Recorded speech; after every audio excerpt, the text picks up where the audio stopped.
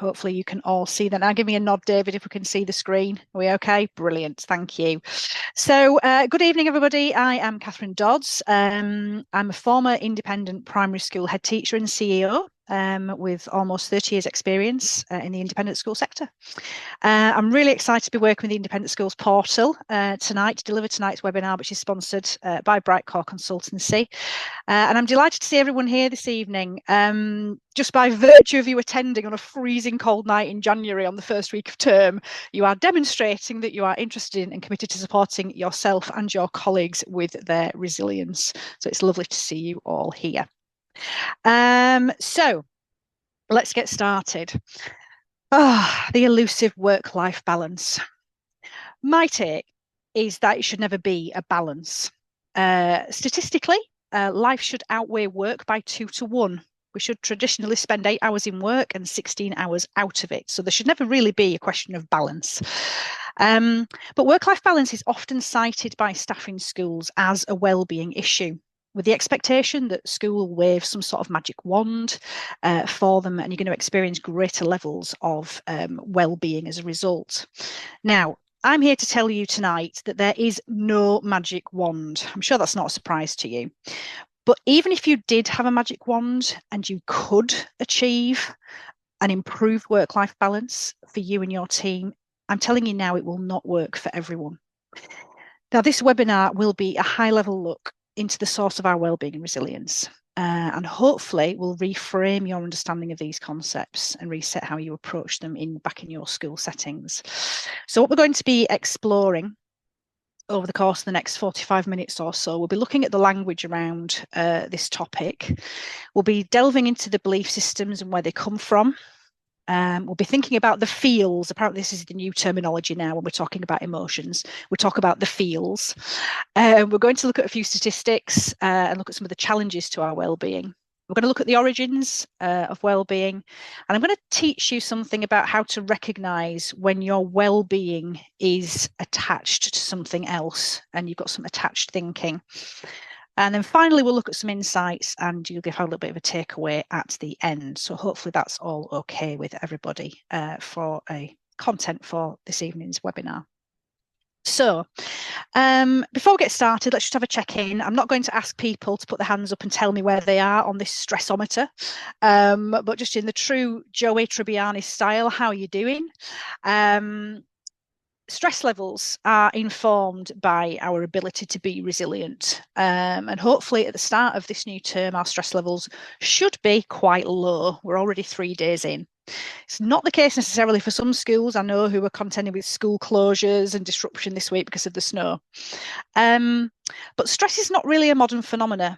I'm sure our sort of caveman ancestors would be quite stressed waiting for the next woolly mammoth to amble along. And imagine how stressful it would have been to have been one of Henry VIII's wives, for example. That must have been a really stressful position to be in. Stress gets a lot of bad press, actually. But not all stress is negative. And I think it's really important that we say that at this point because it helps to frame some of the content for this evening. Obviously, if we have a complete lack of stress, although that sounds wonderful, it can actually lead to inertia and quite a lot of procrastination, which isn't helpful in a really busy school environment, as we know. Sometimes, though, moderate stress, sort of around the amber level of our thermometer there, can be a motivator because it can lead us to problem solve. It can help us to develop prioritization skills, and it makes us work collaboratively to streamline and reduce workflow. So that happy middle ground is really where we want to be. But as we know, and I'm sure you all know in your roles, high levels of stress can affect our well-being and challenge our resilience. Or can they? That's going to be part of the question this evening. So I'm going to address the white elephant in the room. Is the word resilience now a bit of an overused term? It did start off as a mental health buzzword several years ago, but it seems to have become quite toxic of late, especially when we're talking about the so-called snowflake generation, who we say have got zero resilience. It's often a word as well that's really misunderstood. We refer to it sometimes as bounce back ability, that ability to recover when adversities strike. for me, really, resilience is an ongoing mental and emotional fortitude.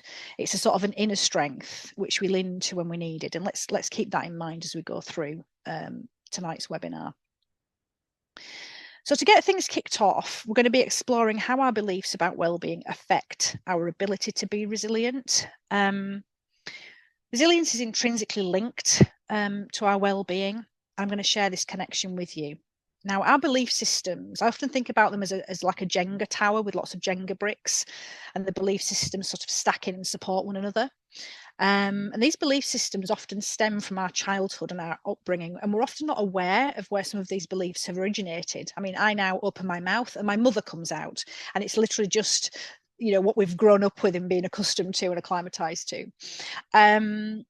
And as a society, we are reliant on the support of those around us. We lean in, don't we, onto our family, we lean into our friends, our colleagues, our communities, whether they're online or offline, our professional networks, such as tonight, even our financial institutions, the support of our bank, building society, our health service, our transport networks, etc.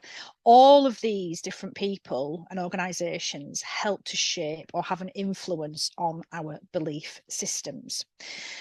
But just like a Jenga tower, and there's all those different bricks that have to be interlocking, what happens when some of those beliefs start to wobble? And what I'm going to be talking about tonight is us challenging some of those beliefs and poking holes in these belief systems, because you will see towards the end of tonight's presentation that actually we can topple some of these belief systems, particularly the ones that aren't helpful to us.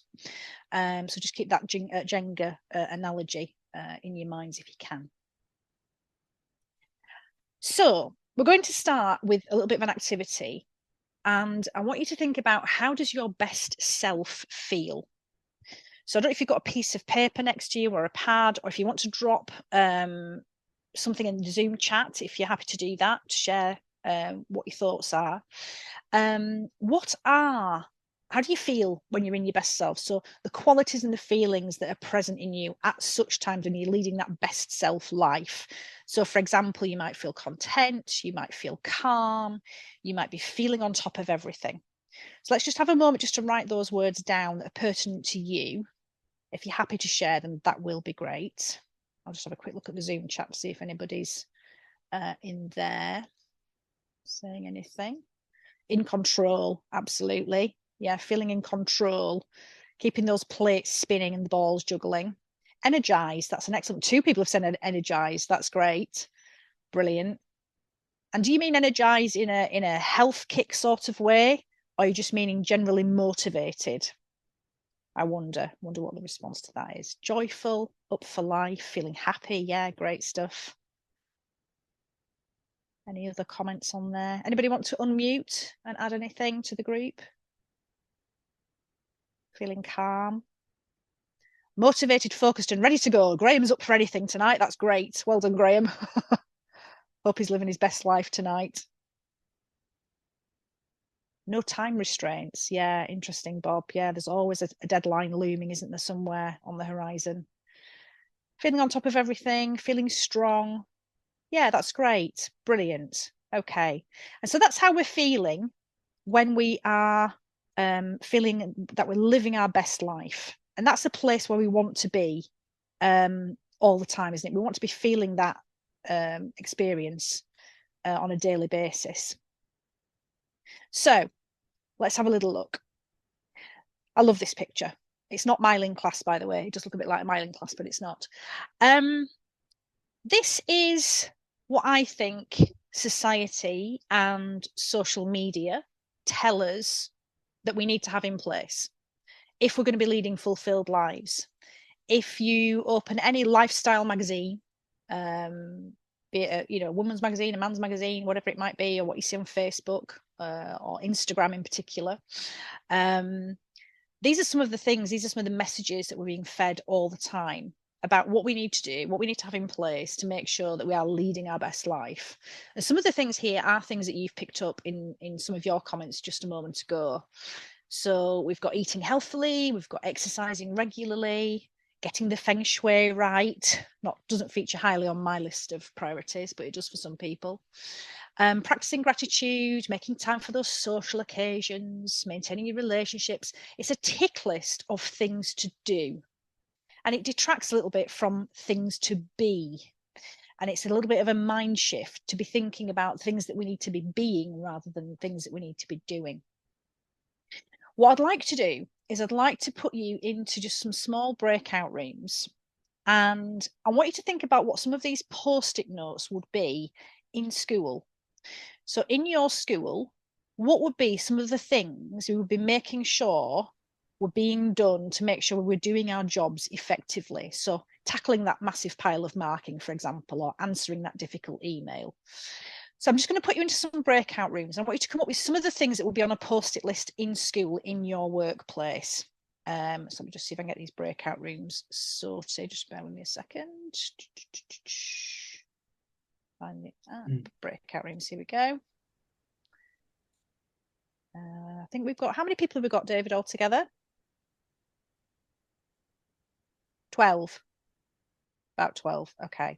I'll create 4 breakout rooms then with 3 people in each one. If you can choose, please, somebody's a spokesperson to come back to talk to the rest of the group, that would be really, really helpful. Okay. So you'll be automatically assigned into a breakout room, and just come up with some ideas for those post-it notes, please. Thank you. Okay, so hopefully you remembered to assign somebody as a lead spokesperson from each room. So could I have somebody from room 1, please, just to unmute and share with us what some of the post-it notes in their group look like? Hi, Hi, Steph. Steph. Thanks so much. Hi, yeah, no problems. So the things we said were on our post-it notes were making sure that our lessons were planned, making sure that we were delivering good lessons, trying to keep on top of the inbox, making sure we were turning up on time for duties, making sure that we were motivating the children to turn up and be in the right place at the right time as well, and then continually having to speak to that adult or parent or other member of staff or someone to sort out something that had happened, and just trying to keep on top of having a tidy desk. Tidy desk. Wow, that's a good priority. I never had a tidy desk. Excellent. Thank you, Steph. Room 2, who's the spokesperson from room 2 or would be prepared to speak for us? You can unmute. That might have been me. I'm not sure which room I was actually in. So as soon as no one's spoken, Claire. I'll take room 2 and say it was us. Okay, thank you. So similar sorts of things. We've got mark books, do training, plan lessons, meet parents, respond to emails, meet students, make decisions, have conversations, report safeguarding. Yeah, the list goes on, really. It does. It's an endless list, isn't it? There's never an end to the to-do list when you're working in education. Brilliant. Thank you. What about room 3? Do you have somebody from room 3? Have you got anything different you want to add to those lists? Oh, that was room 3 from Claire. Oh, that was room 3. Right. Okay. Room 2. Back to room 2. And enforce it. Who wants to speak to us then from room 2? I think we might have been room 2. I'm not sure. Oh, thank you. Be brave. We were saying about having the time to do everything so that you've got everything in order and in place, and also talked about having, again, similar things that have been said about having that tidy environment in which to work. Good. Yeah, the time management's a crucial aspect, isn't it, of education? We've got so many things to cram into just one day, or even just one morning, or even just one lesson, to be frank. So yeah, that time management's really crucial. And room 4, anybody from room 4 who's willing to share with us? Thank you. Yeah, I can speak on that. Thanks, Bob. I think there's been a lot's been said already. But for me personally, it's all the inbox is a constant pressure. Yeah. You can send holding emails to parents saying, thank you very much, I'll get back to you in a day or 2, or get back to you this afternoon, or whatever it might be. But the inbox and the to-do list are always there, sort of hanging over you, and therefore and some days you can work until whatever time at night time, but you're still maybe not completing that day's inbox, and so it just builds up to the next day. And it's often the busy work, isn't it? It's the busy work rather than the strategic work or the really purposeful work. It's the things that take up all of the time and detract away from the time to do the actual strategic part of our jobs. That's 100%. Absolutely. I feel your pain, Bob. Absolutely. Thank you very much. Thank you. Excellent. Now, it's not a surprise then, given what you've just described about all the things on your to-do lists, with the following statistics. Now, these statistics I'm going to share with you are not just based on people working in education, although I'm sure it does ring true. But these are just general statistics around some of the difficulties people face with living in modern society, and in particular in the workplace. So, sorry, let's move on. I need to move my screen. I've got three different screens open here. Bear with me. It seems to have stuck. There we go. Oh no, it's jumping ahead now.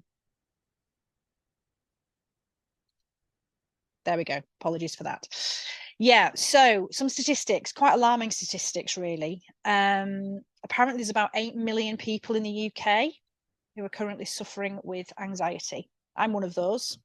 I didn't used to have anxiety. Anxiety is a fairly recent phenomenon for me. It struck me a couple of years ago when my husband was quite seriously poorly. And since then, anxiety, I'm living with anxiety now. 56% of people report that they're suffering from mild depression. That's over half the population suffering with mild depression of some sort. 76% of employees report moderate to high levels of stress. And thinking back to what we talked about earlier about that stressometer, the moderate stuff's good because it's the stuff that keeps us motivated. But when you get into those higher levels of stress, that's when we're reaching that burnout point, and when everything just feels too overwhelming. And there's been 18.5 million working days lost due to mental health absenteeism. And I'm sure in your schools, it'd be similar to the schools that I've worked in, where a lot of people are just struggling to get to work, let alone the children, because we know that that's a massive issue at the moment in children attending with emotionally based school avoidance. But yeah, it's the same for staff as well, really coping with stress, really coping with their mental health. And we need that consistency in our schools, don't we? We need our adults to be in school to provide a consistent service for our children. And if those staff are off, it's putting pressure on everybody else. So everybody else's mental health is suffering as a result. And when you look at those statistics, you would say that there's a sort of a resilience deficit within the workforce, a perceived resilience deficit within the workforce. And I find it really sad. I find it really sad that we can't all thrive in our workplaces. And it's really interesting because the results and the feedback and the research is showing that society is experiencing less well-being than ever it has before. And why is that? Because for the last 5 to 10 years, there's been so much money invested in different initiatives, organisations that have invested in mental health and well-being, but it doesn't seem to be coming to fruition. We're still having the same problems. They're still perpetuating despite all of this energy, focus, and initiatives being put in place. It's tip of the iceberg stuff, really. I just wanted to spend a few minutes just talking to you about some of the sort of wellbeing initiatives that I've tried in schools that I've worked in to try and counter stress and overwhelm. And these initiatives have to be meaningful. And I'm not having a go at anybody, but offering things like, chocolate cake in the staff room on Fridays and free yoga sessions before school on Wednesdays, it's not really addressing wellbeing. They are lovely things to do, don't get me wrong, there's no reason to stop them. But if you're trying to do them to address wellbeing, you're shooting into the wind. Some of the things that I tried when I've been in leadership have been really meaningful things like looking at workload, and trying to, for example, cluster people's non-contact time, PPA time, so that they could take that time at home. So giving them PPA at the start of the day or PPA at the end of the day to allow them to go and work from home uninterrupted. We've looked at streamlining meetings. We've looked at streamlining documents and completion of documents, completion of assessments.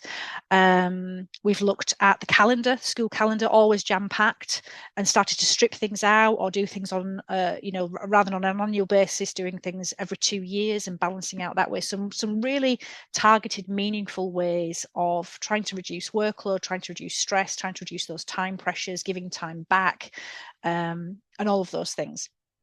And staff, sorry, my slides keep moving. Staff continued to demand more and more, and it still wasn't enough. And we were really struggling, my team and I, to understand why it wasn't enough, why all these initiatives that we were putting in place weren't enough to tackle this well-being issue. They were just crying out for more and more and more. Now, good old Samuel Beckett, you're on Earth. There's no cure for that. Ever the optimist. But thankfully, there is a cure. There is a cure. And the cure is to realise, for school leaders to understand, that well-being isn't a one-size-fits-all approach. It's not something that you can universally provide for your staff. And that's because each person's well-being and their tolerance when their well-being is challenged is unique to them. So all these global initiatives that we're putting in place to try and address well-being are not working because each person has an individual need. Just like our children have individual needs in the classroom, our staff have individual needs as well. So when we try and provide something universally, it's not working. Our well-being is under our control, but many of us don't realise this. And people are saying, I need you to give me more I need you to give me more well-being. I need more well-being. Give me well-being. And it's just an impossible task. Now, there are lots and lots of challenges and barriers to a contented life, and this is both within education and outside of education as well. We face consistent change, particularly in the educational landscape. There are always pressures and demands on us, new documents to come out, new initiatives to implement. We might face health issues. There might be financial worries, both at home and in school. VAT on school fees noted and underlined in red. You might be having relationship or family issues. You might be experiencing loss, for example. Life is perpetually challenging, and we believe we need to rely on others to help us through. And in school, that's your team relying on you and your magic wand. Now, we would all love nothing more than to have our ducks in a row. Now, unfortunately, I've got pigeons and they're at a rave, so I've got no chance of having my ducks in a row. But as school leaders, and not to mention as being husbands and wives and partners and parents at home, we are constantly spinning plates while juggling balls and fighting fires. It's all going on all at the same time. So where does our well-being sit in all of this? And how is it possible to access our well-being and feel resilient in the midst of all these daily challenges? So another quick task. I'm just going to let you do this by yourself. Again, just want you to make a couple of notes about what you feel contributes to your sense of well-being. So we talked at the top of the session about that feeling in our best self. What does that mean like? So what sorts of things allow you to be living in your well-being? So for example, if you've got financial security, or your health is good, or you've got family stability, what are some of the things that contribute to your sense of well-being? Just take a moment just to jot a couple of things down. And again, if you're happy to share, pop them in the chat.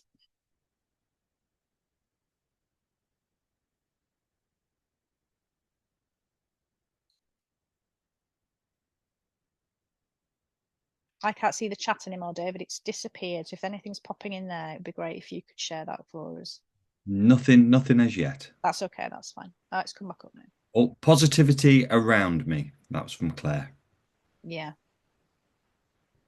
That's so important, isn't it? We all know the mood hoovers in the staff room. I've encountered lots of mood hoovers in my time. And having the people who can keep that energy up is really important. Having that job security, yes, absolutely.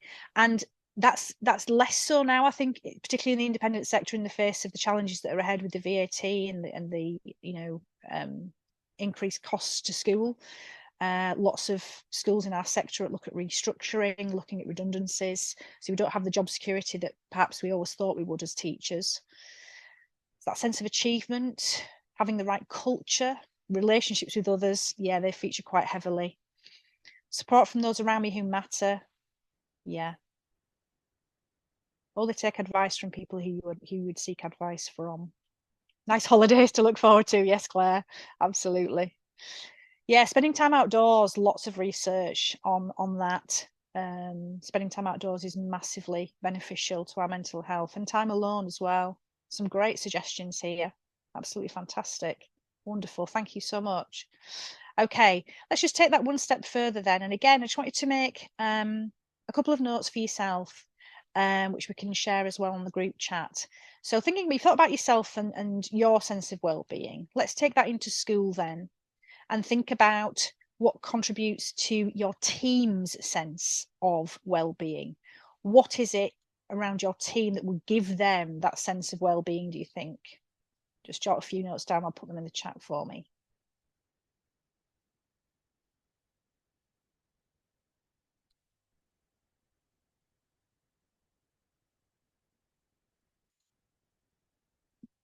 Feeling valued, yes. That was one of my first ones.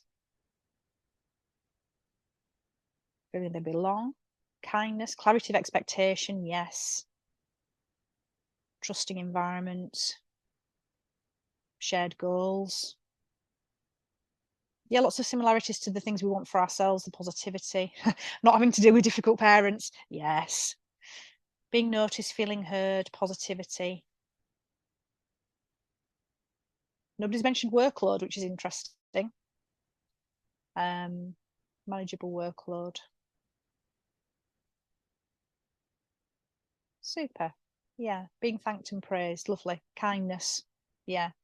Good communication as well, I think, is somewhere where we can get a stumbling block in school. If we don't have really good communication and people feel left out of the loop, that can be something that we have to make sure we really focus on. Okay, good. Thank you very much. So let's have a look at some of those things. I've sort of generically grouped them in a sort of a little global list. Okay. So things that seem to give us well-being then, lots of these have come up through the suggestions you've just made. So our achievements, making those good lifestyle choices, you know, coming away from the Christmas cake, it's now January.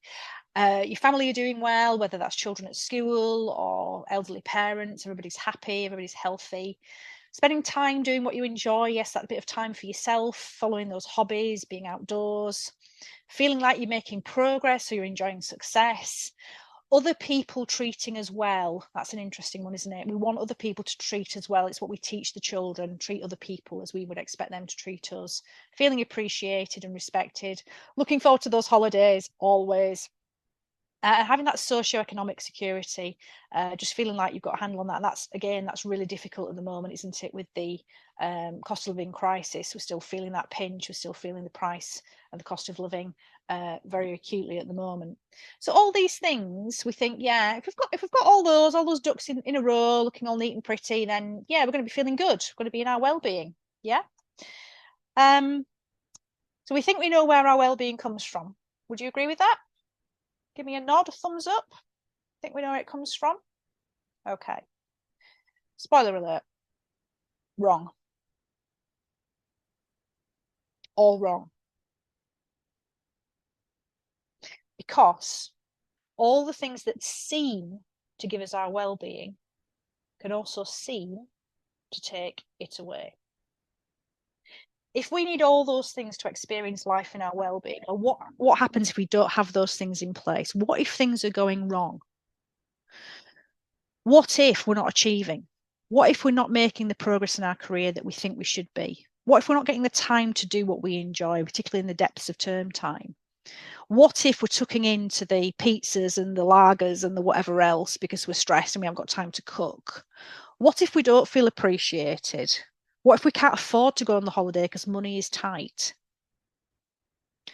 What if those daily challenges are overwhelming? Where does that resilience go? Does it mean that we can't experience living in our well-being? Is it lost? Is it somehow damaged? Is our well-being broken in some way? So we have to rethink where our well-being comes from, because it isn't out of any of the things that you've just talked about in your suggestions there in the chat. And I'm going to give you what I call the tell. It's the sign that tells you that you're not looking in the right place for your well-being. So this is the tell. There's danger words that alert us to attachments that we've made to our well-being, or conditions, if you like, that have been formed.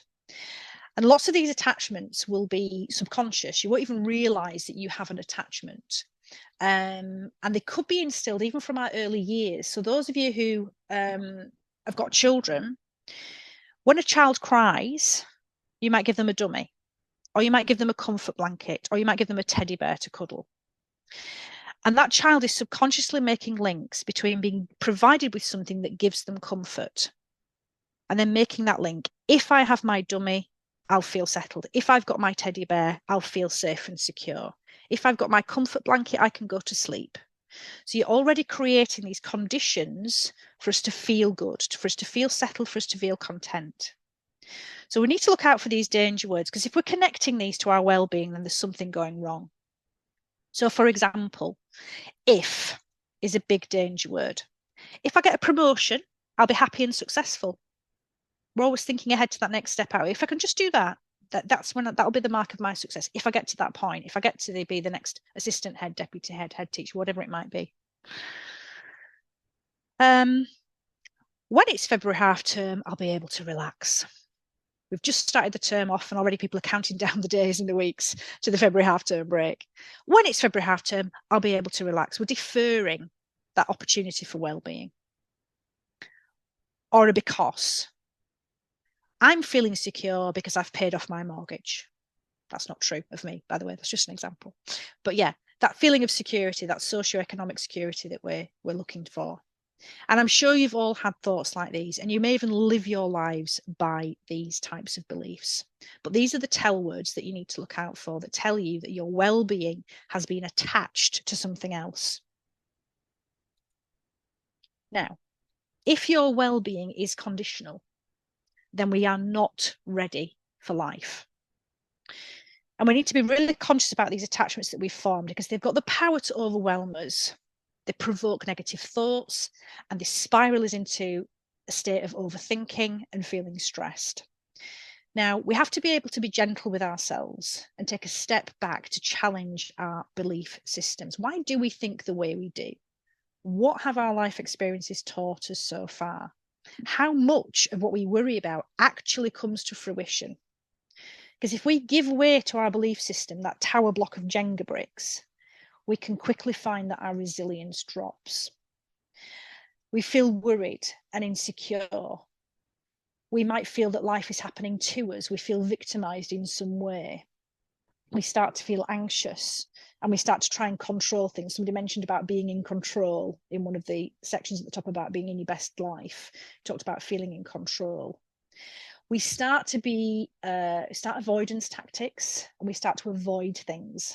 So when we're talking about, when Bob was talking earlier about the never-ending to-do list and the inbox, you know, we're avoiding some of the meatier tasks that need to be done because we get the satisfaction of ticking out those emails and ticking those things off the to-do list, but we're not actually tackling the really important stuff, and we're avoiding it because we haven't got the time for it or the headspace for it. We chase things that we believe give us well-being. And that whole thing about being present and being in the moment is so important. I know that's all a bit woo-woo, but it is important. And somebody mentioned about taking that time out to have 10 minutes outdoors in the fresh air, being close to nature. Those are the things that do help us feel better. And we believe that they give us our well-being. We find it hard to focus. And more crucially, we become non-resilient. If we've made these attachments to our well-being and those attachments aren't working for us, we then don't have the resilience to cope with the challenges that life is throwing at us. Now, in some of my teaching, we look at well-being as a bit of an analogy. And we talk about the well-being being the sun. So as you can see on this diagram here, we've got the sun, and the sun represents our well-being. Now, if we take the real sun, we can't always see it. The sun is sometimes obscured by clouds. But do we ever doubt that the sun has gone away? Do we ever doubt that the sun isn't there somewhere, hidden high up above those clouds? We don't ever doubt it. We just can't see it right now. We can't feel its warmth. We can't feel its, its heat. And so this is the way that we look at well-being. We look at being on track and we look at being off track. So I'm just going to start on the right-hand side of the diagram. So this is when we're living our lives where our well-being, we've created these attachments and these conditions. And because we've created those attachments, if they're not working for us, we're feeling like it's being taken away from us. We're in that victim state and we're trying to survive. And what that creates when we're on that attached well-being road, what that creates is these different feelings. We start to feel a bit stuck in our lives. We're in a bit of a rut. That might be within our workplace, that might be within our relationships. We start to feel insecure about where things are going, or we might not have that job security that we once had. We might be feeling really pressured, particularly with, for example, cost of living crisis. We find ourselves being reactive and biting at situations rather than being reflective. We want to try and control everything. We want to try and limit our exposure to things that might cause us harm, and we become really preoccupied with the issues in front of us, and we start those avoidance tactics. And we can see there that the sun is covered up, it's obscured. We're not feeling that well-being that we're living in. Now, on the opposite side of the diagram, this is when we are living in our well-being. And this is when we understand that well-being is actually built in to every human being. It's innate. It doesn't matter about any other factors that have to be in place. I have to have this in place. I have to have that. This has got to be right. That's got to be okay. My ducks are in a row. It's not that. It's just understanding that we have this innate well-being that we can draw on. And when we're in that place, when we're on track with our lives, then we feel some of these qualities down the left-hand side. So we feel that freedom. We feel that security in our life, in our relationships, in our jobs. We think with clarity. We can be responsive to situations rather than reactive. We are open-minded about the different possibilities that might be out there. And we can be a bit more curious about our lives and what our lives can do for us. And that leads us to sort of live our lives with greater confidence. So it's a really interesting way of looking at it. On any given day, in any given moment, you can be on either side of this diagram. You can be on track with your thinking and you're in a good place and living in your well-being, or you can be off track where you attached your well-being to other factors and other conditions. And you can move between the two on a daily basis, sometimes even on an hourly basis. You can be thinking in different ways. It's just the way that life works. And the trick is about trying to draw yourself when you realize that you're on the off-track road where you've got that attached well-being. It's about recognizing that and taking a step back and actually asking you those questions and challenging those belief systems that you have. All right. Constant access to well-being means we are ready for life, and we can experience these different types of, I suppose, states of being, where we don't feel threatened, we feel ready for any challenge that comes to us, we feel present in the moment, we deal with things confidently, we take that personal agency, we're happy to be accountable for our actions in our personal life and in our professional life, we've got freedom of mind. And just understanding that it's always there, that well-being is always there for us, that sunshine is always there, it can never be damaged, it can never be broken, it can never be lost, is really, really empowering. And what that brings with it is resilience. Because if you're in that place where you believe that your well-being is intact and that nobody can affect it and nobody can take it away from you, and it's not conditional on anything, that gives you some true inner strength to tackle the challenges, the daily challenges of life. We may not experience them all the time, just when that well-being is clouded over, but just like the sunshine, they always remain. And you've just got to learn how to access that and allow yourself to thrive. It's really steadfast and reliable, and it's something I've learned over the last 18 months, is to live and try to recognize when I'm going off track. Don't get me wrong, it's most days, but I know that I can get myself back onto the on-track road.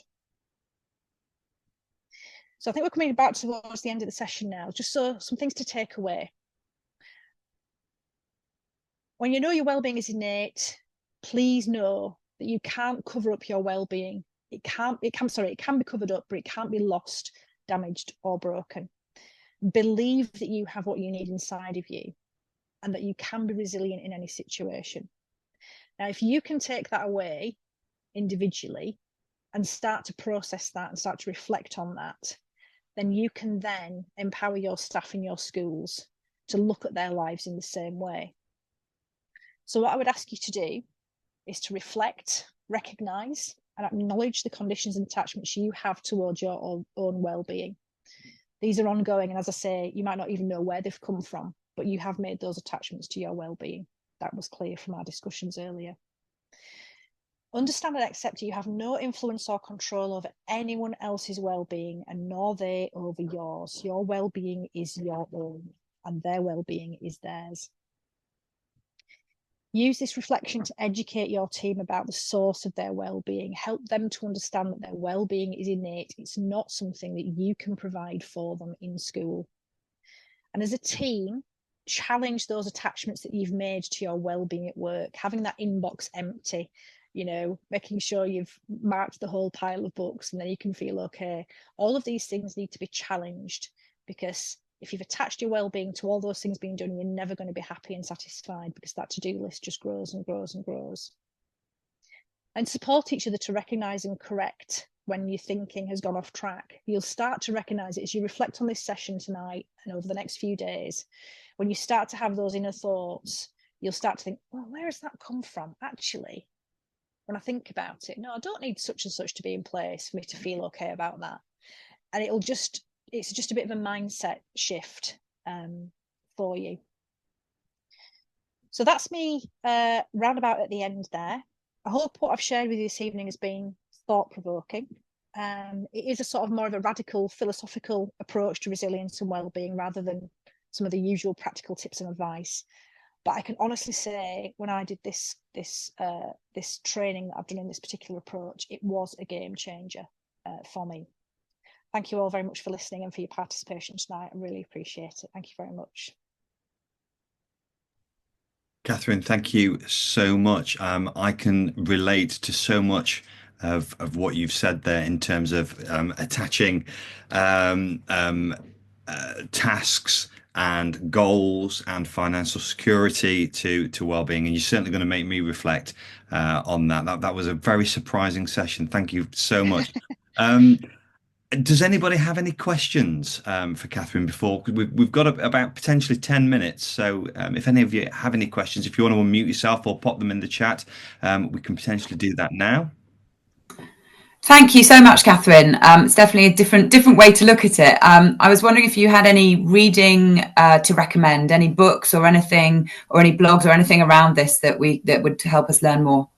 Yeah, I was just actually replying to your chat, Helen.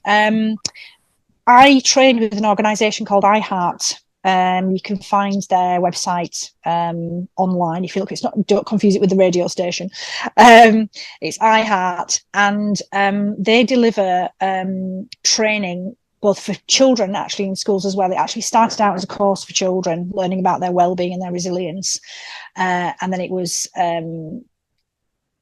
adapted then in an adult course. So I've done the course for adults. So I do an 8-session course, which goes into all of this theory in a lot more detail.